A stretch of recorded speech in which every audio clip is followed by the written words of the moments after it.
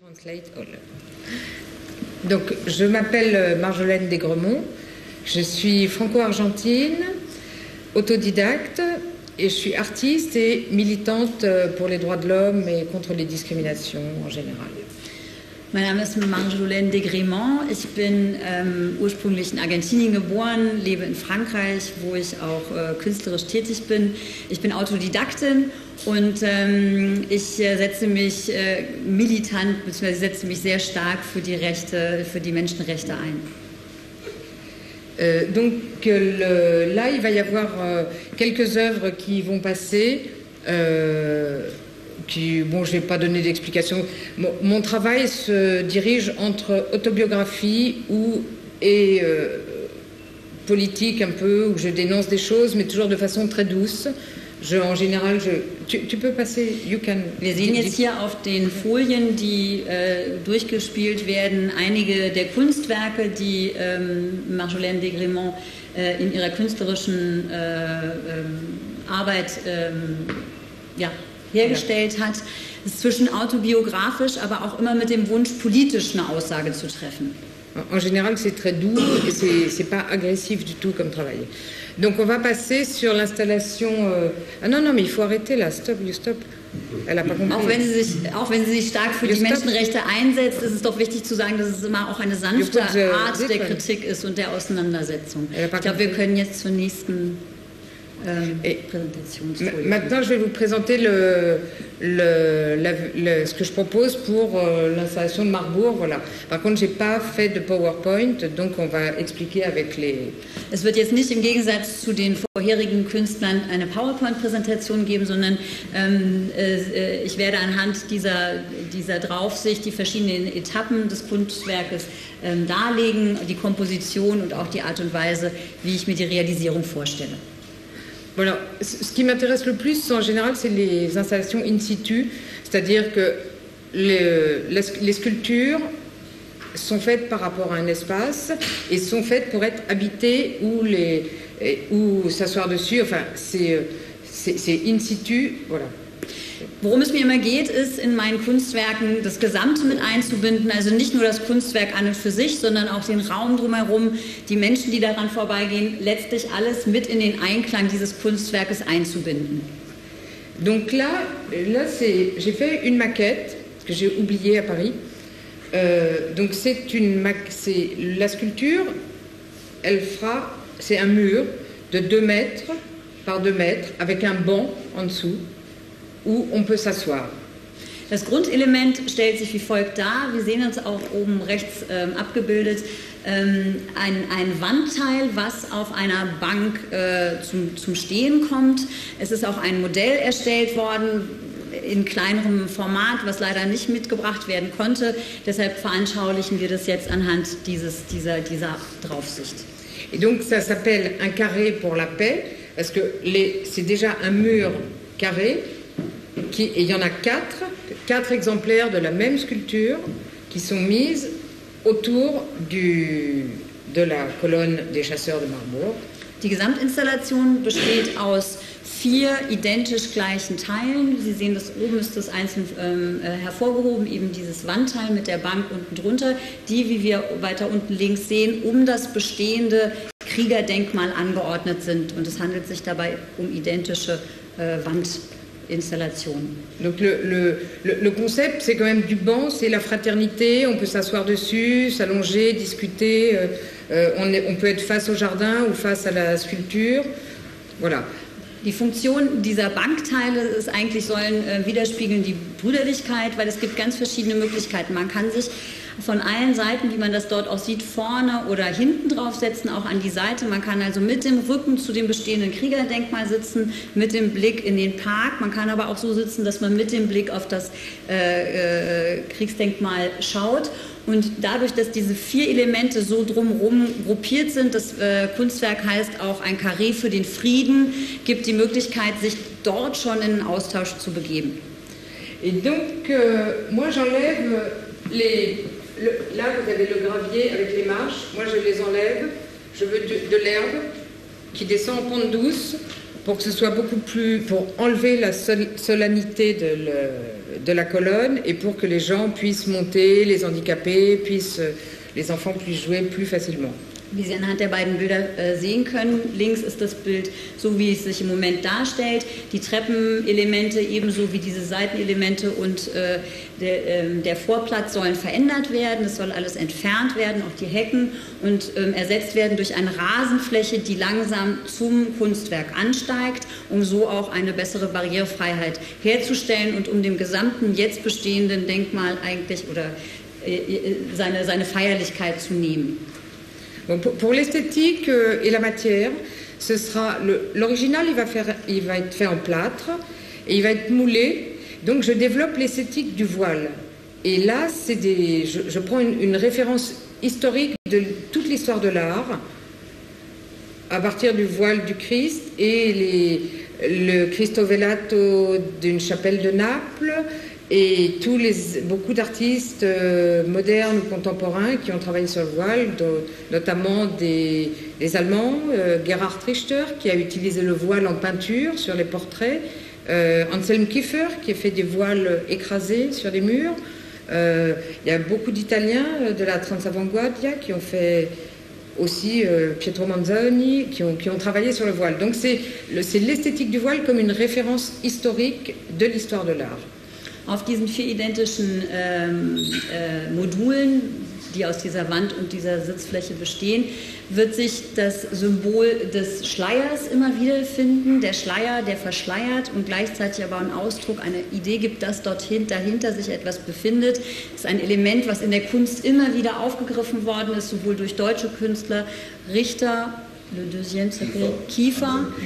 Viele italienische Künstler auch, durch die gesamte Kunstgeschichte hinweg immer der Schleier auch wieder eine ganz große Symbolkraft zugeschrieben worden ist, und diese möchte ich gerne aufgreifen. Voilà. Et donc l'esthétique du voile comme symbole de tous les morts, c'est le linceul avec tous les morts qui sont écrasés. Et donc moi mes carrés c'est comme des écrans, donc ça dévoile l'invisible, donc c'est très ambigu parce que je montre quelque chose qu'on ne montre pas, qui est à l'intérieur. Et c'est le principe de cette esthétique du voile dans l'histoire de l'art. Und ich möchte diese Symbolkraft gerne aufgreifen. Diese Wandelemente sind eigentlich wie Bildschirme, auf denen man eben diese reliefartigen Falten eines Schleiers erkennt. Schleier, der verschleiert, der aber auch eindeutig zeigt, dass dahinter etwas ist, was versteckt werden soll. Donc au niveau technique, c'est un premier modèle en plâtre que je fais moi-même. Et après, c'est un artisan, un mouleur d'art qui travaille pour beaucoup d'artistes très connus, comme Yayoi Kusama, Barcello, voilà. Et donc, c'est lui qui fait des tirages en béton résine qui sont très résistants. C'est béton donc blanc, très résistant à la pluie, anti-tag, la peinture n'accroche pas. Um ein bisschen über die Technik zu sprechen, die ich zum Einsatz bringen möchte. Ich werde ein erstes Modell anfertigen aus Gips. Danach wird es eine gegossene Variante geben. Da soll zum Einsatz kommen ein Betongemisch mit Harzen, die wiederum wo einfach tatsächlich auch sowas wie ein Graffiti nicht gut hält. Das ist eine Frage, die ist heute Vormittag aufgekommen, und das ist ein bisschen die Antwort darauf. Das sind Materialien, die sich halt auch leicht wieder säubern lassen. Sie arbeitet sehr eng zusammen mit einer Gießerei in Paris. Mit Paris, wo viele bekannte Künstler auch arbeiten lassen. Für sie ist ganz, ganz wichtig die weiße Farbe. Es soll die verschiedene Weißtöne haben. Le blanc, pourquoi? Oui, le blanc parce que c'est la couleur neutre et c'est la couleur, politiquement, le noir c'est les anars, le rouge c'est les cocos et le blanc c'est la neutralité, quoi. Einfach weil das Weiße für sie sehr wichtig ist, es ist ein Symbol des Friedens, Neutralität, gerade eben im Austausch und in diesem Dialog mit dem bestehenden Denkmal, die weiße Farbe, die einfach Neutralität und Frieden verkörpert.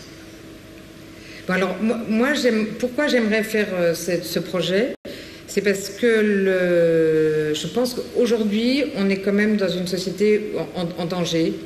avec les extrémistes qui remontent, et c'est très intéressant, je trouve, que un groupe comme ça, les chasseurs de Marbourg qui ont existé, qui ont une colonne pour eux, à leur gloire, alors que ce sont des meurtriers. Et c'est important que ce ne soit pas effacé dans le passé, qu'il y ait un contre-monument pour signaler ça. Parce que aujourd'hui, ce que beaucoup de gens ne savent pas, c'est qu'il y a toujours des équipes qui sont comme les chasseurs de Marbourg, ce sont les armées privées en Amérique, qui sont des mercenaires de toutes les nationalités qui sont payés et ils font la guerre pour de l'argent uniquement. Donc le principe des chasseurs de Marbourg, il existe aujourd'hui. Et nous, Français, on a des gros problèmes avec la colonisation parce qu'on a colonisé la moitié de l'Afrique et l'Indochine et tout ça. Et on a vraiment appris, il y a des généraux, le général Ossares qui a appris la guerre de l'intérieur et qui a fait ses théories aux Américains qui les ont déployées en Amérique du Sud pour mettre en place des dictatures.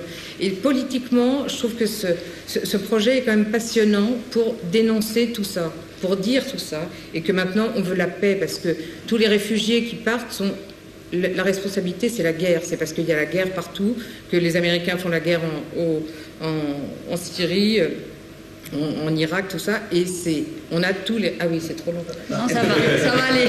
J'ai oublié.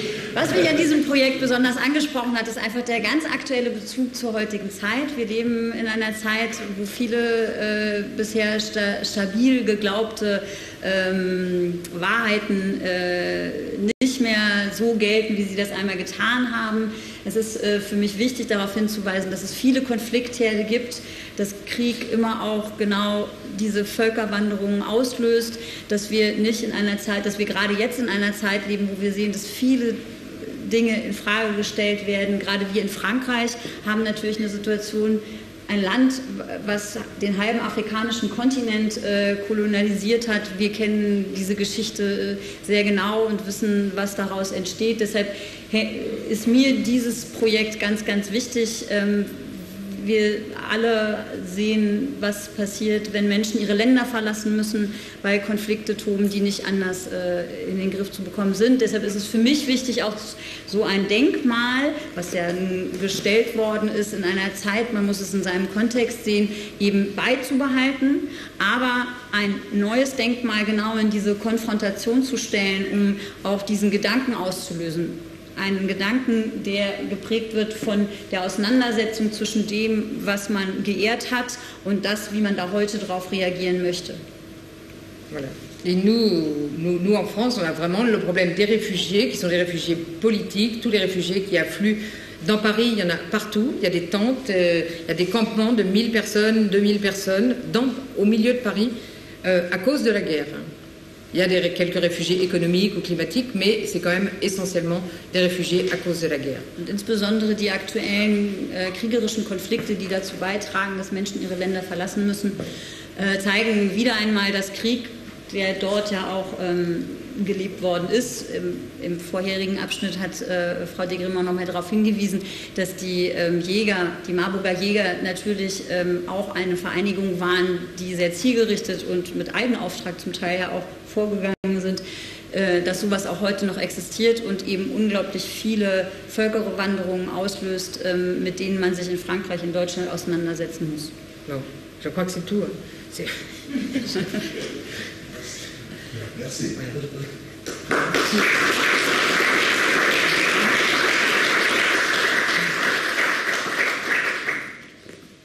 Auch da wieder die Möglichkeit von Anmerkungen und Fragen. Non, la France n'a pas fait le travail de l'Allemagne. La France n'est pas tellement dans le mea culpa. La colonisation, on essaye de ne pas en parler. Non, la France, elle préfère, elle met des petites plaques comme ça, mais de souvenirs, mais elle n'est pas capable de faire ça, la France. Frankreich geht mit diesen geschichtlichen Konflikten ganz anders um mal das Thema der Kolonialisierung aufzugreifen. Das sind eigentlich Themen, denen man lieber so ein bisschen aus dem Weg geht und dann wird eine kleine Gedenkplakette angebracht und damit ist die Auseinandersetzung dann ein Stück weit getätigt. Nicht wie hier jetzt, wo wirklich der Wunsch besteht, sich auseinanderzusetzen. Donc il y aura une face Oui, il y aura des textes inscrits, et par contre les textes ne seront pas les mêmes hein, sur chaque... donc ça, les textes, ils seront à choisir avec la ville de Marbourg, évidemment. Moi, je pensais faire des citations de philosophes comme Hannah Arendt, qui quand même a beaucoup réfléchi sur l'art d'un côté, mais sur la paix surtout. Goethe a fait, parce qu'il ne faudrait pas non plus que ce soit trop politique, parce que Goethe a fait des textes très poétiques quand même sur l'amour, parce que c'est quand même une histoire d'amour, tout ça. On pourrait citer Spinoza, mais il n'est pas allemand. Et en France, on a Montaigne, philosophe des Lumières, qui a fait également des très belles phrases. Mais bon, ça, les textes sont... Je pense que ce serait bien, donc, qu'il y ait des textes à l'intérieur, du côté du monument, du côté...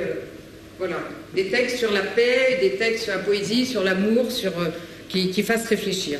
Es ist ganz toll, dass Sie die Frage stellen, weil das eben tatsächlich nicht benannt worden ist. Jede dieser 4 Seiten nach außen gerichtet wird diese Schleierstruktur aufweisen und im Inneren sind Texte. Und dort besteht der Wunsch, tatsächlich auch auf Philosophen zurückzugreifen. Das müsste man einfach auch nochmal zusammen überlegen mit der Marburger Bevölkerung oder einfach zusammen, um zu schauen, welche Dichter sich da anbieten.